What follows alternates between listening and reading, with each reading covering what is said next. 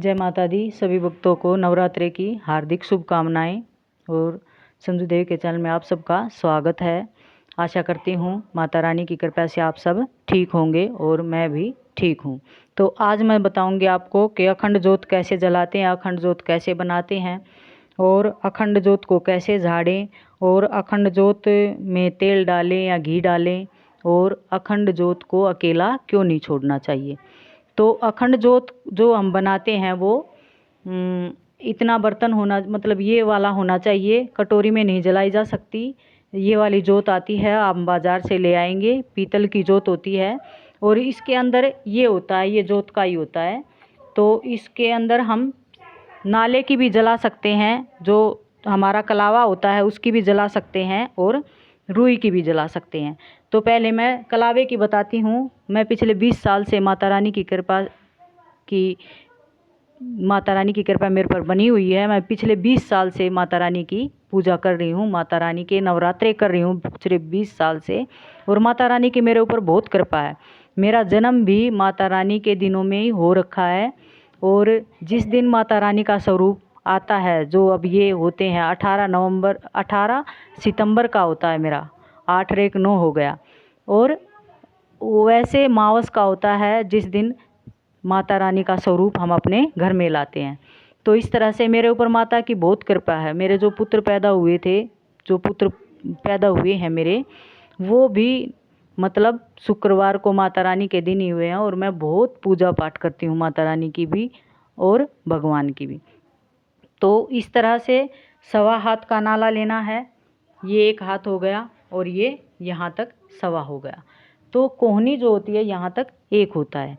तो इस तरह से 1.25 हाथ का नाला लेने के बाद हम यहाँ से इसको तोड़ लेंगे और फिर इसको ऐसे गोल करके बना लेंगे, ऐसे ऐसे गोल करके, ऐसे ऐसे गोल करके इसको गोल गोल बना लेंगे और फिर इसको ऐसे करके ऐसे करना है, ऐसे। ये इतना ही बहुत है, 9 दिनों तक ये बहुत हो जाएगा। और फिर इसको हम, जो ये होती है ना, ये हमारी बत्ती होती है, बत्ती के अंदर से निकाल लेते हैं इसको। इसमें छेद होता है, ये 20 सालों से जलाती हूँ मैं इसको, इसलिए थोड़ी ब्लैक ब्लैक हो रखी है। तो इस तरह से इसके अंदर से इसको निकाल लेंगे ऐसे करके। तो इसके अंदर छेद होता है, ये आराम से निकल जाएगी। जब हम इसको अंदर धकेलेंगे तो ये अंदर आराम से निकल जाएगी। तो इस तरह से इसको निकाल कर इसमें फिट कर देते हैं और फिर इसमें घी या तेल डालते हैं। तो घी आप, अब पहले मैं बत्ती को बताती हूँ, फिर ये रुई की बत्ती भी बना सकते हैं हम। रुई की बत्ती कैसे बनाएंगे, जो स्टोर होता है, मतलब मेडिकल स्टोर होता है, उस पर हमें ये रुई मिल जाती है, बिल्कुल साफ़ होती है ये। और ये रुई ले आएंगे और इसको फिर हम इसकी ऐसे बत्ती बनाएंगे, लंबे वाली बत्ती हम इसकी 1 हाथ की भी बना सकते हैं, मतलब यहाँ तक बना सकते हैं। तो इसको इतनी लेकर ये वाला हाथ या ऐसे वाला हाथ भी कर सकते हैं, यहाँ से लेकर यहाँ तक ऐसे हो जाएगी।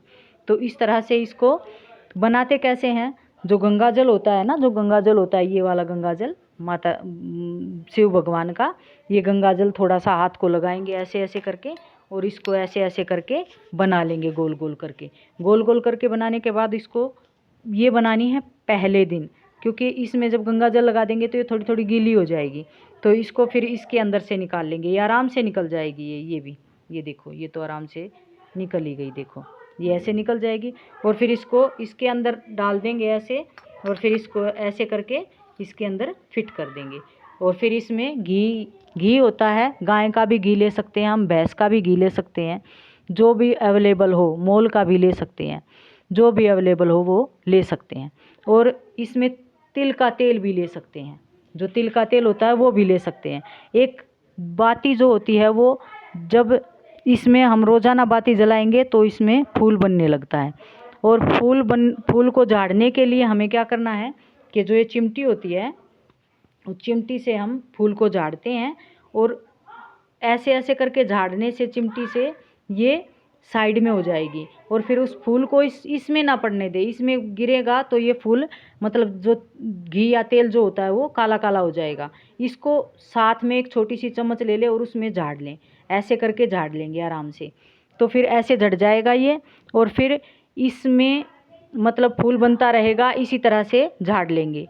अब जोत जो होती है, हम जोत जला देते हैं, और जोत जो होती है, जोत को हम जब दोबारा जलाते हैं, मतलब जैसे सुबह शाम हम पूजा करते हैं और मान लिया हमारी जोत हो जाए, तो उसमें परेशान होने की ज़रूरत नहीं है। जब हम जोत को झाड़ते हैं या ऊपर निकालते हैं तो उसको क्या करें, एक दूसरी जो हम रोज़ाना जोत लगाते हैं उस जोत में घी, जिसकी भी हमने जोत जलाई है वही घी या तेल इसमें डाल लें, और जो हमारे पास अलग से रखा होता है वही डाल लें, या इसी में से निकाल लें चम्मच से, वो भी ठीक है। तो फिर इसी से उस जोत को लगाकर, जैसे ऐसे लगाकर जोत को इसी से जला लें और साइड में उसी पर रख दें जो पटड़ा होता है हमारा, जो हाँ हमने माता की स्थापना की है, और रख के फिर इसको मतलब ऊपर निकाल लें या झाड़ लें। फिर ये अगर मान लिया हो जाए तो इसमें चिंता करने की ज़रूरत नहीं होती। वो जो दिया हमने जोत लगाई है उसी से इसको दोबारा से जला सकते हैं। कोई अपशगुन नहीं होता, कोई मन में वहम ना बनाए, बिल्कुल भी ना बनाए। माता रानी की इतनी कृपा होती है, बिल्कुल भी कुछ नहीं होता। जब हम माता रानी के व्रत रखते हैं तो माता रानी की हम पर बहुत कृपा होती है, बहुत ज़्यादा कृपा होती है। तो इस तरह से माता रानी की कृपा आप पर बनी रहेगी। और मैंने बता दिया कि जोत कैसे जलाते हैं, जोत को कैसे बनाएं और कैसे झाड़ें, और तेल या जो भी डालें, मतलब तेल या घी डालें। और इसमें हो गया कि नाले की बनाएं या रुई की बनाएं, सब बता दिया मैंने। अगर आपको कोई संशय है तो आप कमेंट में पूछ सकते हैं, कमेंट में मेरे को बताएं कि भाई क्या चीज़ नहीं बताई है, फिर मैं उस पर दोबारा से वीडियो बना दूंगी और आपके पास भेज दूंगी। तो इस तरह से मैं फिर से चैनल पर डाल दूंगी और इस तरह से आपके संशय दूर हो जाएंगे। तो माता रानी के बारे में कोई भी बात पूछनी है या माता रानी के बारे में अगर आपको ज़्यादा जानकारी चाहिए तो मैंने एक और वीडियो बनाई है, माता के 9 स्वरूपों का गुणगान है उसमें, तो वो भी आप देखें और जानें कि माता के 9 स्वरूपों की पूजा करने से क्या होता है। और जब दुर्गा माता के दिन होंगे तो मैं दुर्गा सप्तशती का पाठ भी करूंगी और दुर्गा सप्तशती का रोज़ाना पूजा की वीडियो भी बनाऊंगी। तो आप ज़रूर संजू देवी के चैनल से जुड़ें और ज़्यादा से ज़्यादा जानकारी प्राप्त करें। और इस तरह से अगर आपको कोई संशय है तो भी बताएं, और अगर आप कमेंट करके बताएंगे तो मुझे पता चल जाएगा। तो आपके प्यार के लिए बहुत बहुत आभार। माता रानी आप सब पर कृपया बनाए रखे और माता रानी की दया सब पर बनी रहे। माता रानी सबके परिवार फूले फलें, सबके बच्चे सरकारी नौकरी लगें और माता रानी की कृपा सब पर बनी रहे। तो जय माता दी। आप स्वस्थ रहें, मस्त रहें, आपके बच्चे फूले फलें, खूब तरक्की करें। जय माता दी। सब पर कृपया बनाए रखना माता रानी। जय माता।